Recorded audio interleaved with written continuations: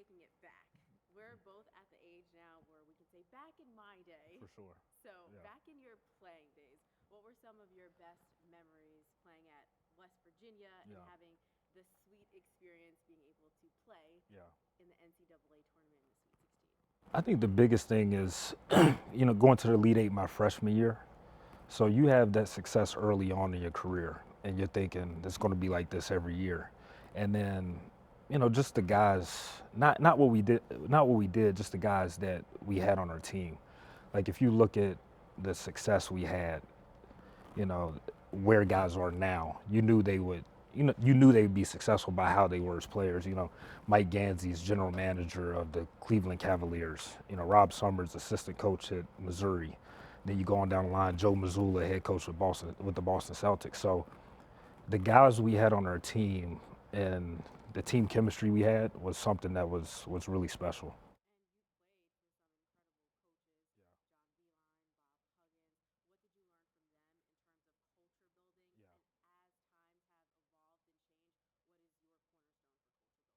I think the biggest thing with John Beeline was the evaluation process. The type of guys he evaluated. He wanted players from basketball families, and look at us now, like how much success we're doing still in the game of basketball. And with Bob Huggins, it was different. He came in my senior year, so you got two different personalities. Everybody knows how Hugs is, but it was just I thought at that time, I thought John Beeline leaving was the worst thing that could happen to me as a player. But when I look back on it, it's two contrasting styles, and I realized at an early age you can win different ways. And so just playing for two totally different guys, two Hall of Fame coaches, that's helped me in my career thus far.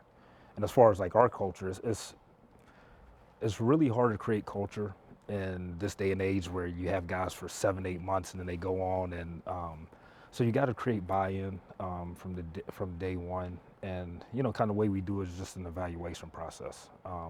Finding guys that fit us and they're really tough guys is something we've had success with, because it's hard to build toughness in the span of a year. So if you find guys that are already tough and fit what you do, then it's usually an easier process. You hit it. Speaking of Yeah. culture, can culture coexist with the transfer portal? Yeah. Is that in your eyes a possibility? It's really hard, and we don't use the word culture. We use the word environment. I think culture is long term. It takes a while to really get that culture, and a lot of times now you don't have that kind of time. So we use environment. So we focus on the environment that we create as a program, as a staff, every day, and in everything we do. This program, the Explorers, Yeah. have not had a winning season in 10 years. Right. You have had success where you have turned a program completely around in pretty much immediately. Yeah. What have you learned at Radford that you can bring here? The biggest thing is not making excuses, being flexible. You have challenges at every job. I know what the challenges are here, and I'm excited about those challenges because I've seen them before.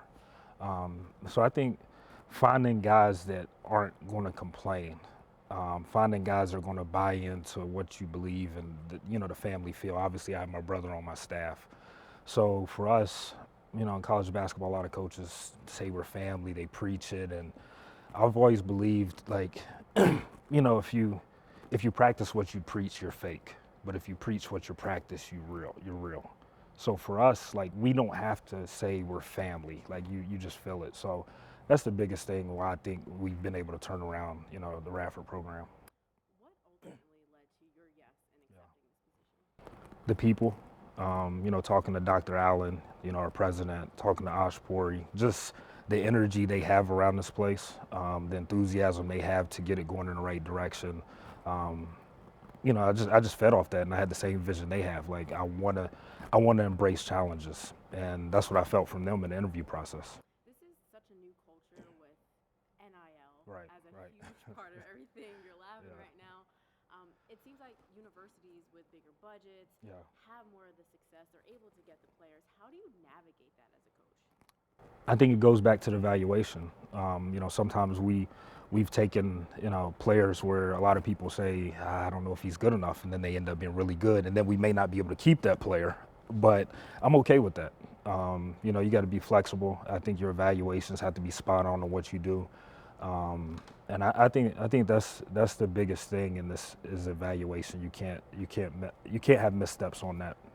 From the Big South to the Atlantic 10, what's the biggest on-court challenge when it comes to building a program in a new conference? I think just getting adapted to coaches. I think sometimes people think you're just scouting the other team, but you know, being in the league in the Big South for 4 years, you understand coaches' tendencies too. So you understand how to come out of a timeout and attack this or whatever, what they like to do. So just understanding a set of new coaches' tendencies, that's something that's going to be a challenge.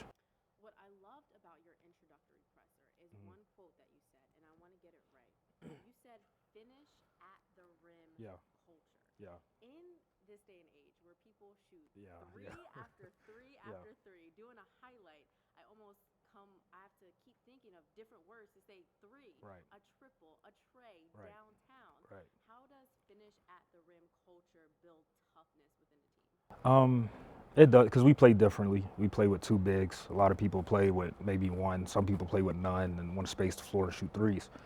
So for us, if you think about the highest percentage shot in basketball, a lot of people say a layup. It's not a layup, it's a free throw. So our goal is to be top 25 in the country every year and get into the free throw line. This year, I think we were 21st. So that's our philosophy. Like, how much pressure can we put on the rim? Because a lot of the times we play with 10, 11 guys. So if fouls pile up on the other team, that benefits our team. So that's kind of where we developed that, and that's our philosophy is to play a lot of guys.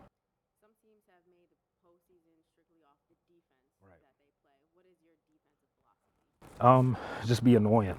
Like, we want to be annoying. Like, we want to switch up defenses. We want to keep the offense guessing. So for us, you know, just mixing up different presses, different zones, and you know, we're playing 12 guys, and the other team's playing 7. Hopefully, by the end of the game, they wear down. 12 guys. Yeah, we played 12 guys.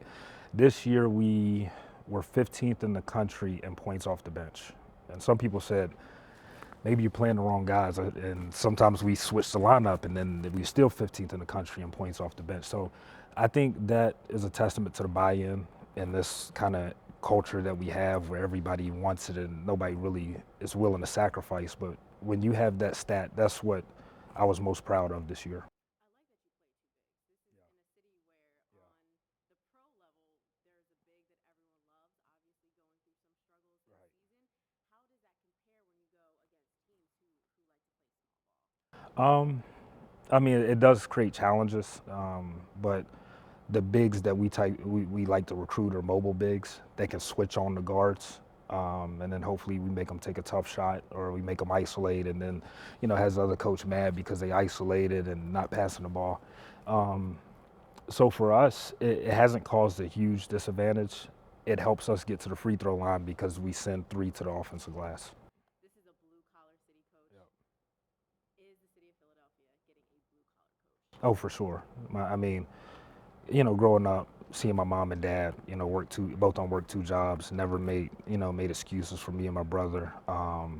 You know, that's why I'm here. Like, a lot of people say, oh, you're here because you're a good player. Nobody cares about that anymore. But just growing up, seeing my parents model that behavior, that just fits our coaching style. Coach, thank you so much for your Yeah, time. I appreciate Much it. success to Yeah, you. thank you. Thank you. Yeah.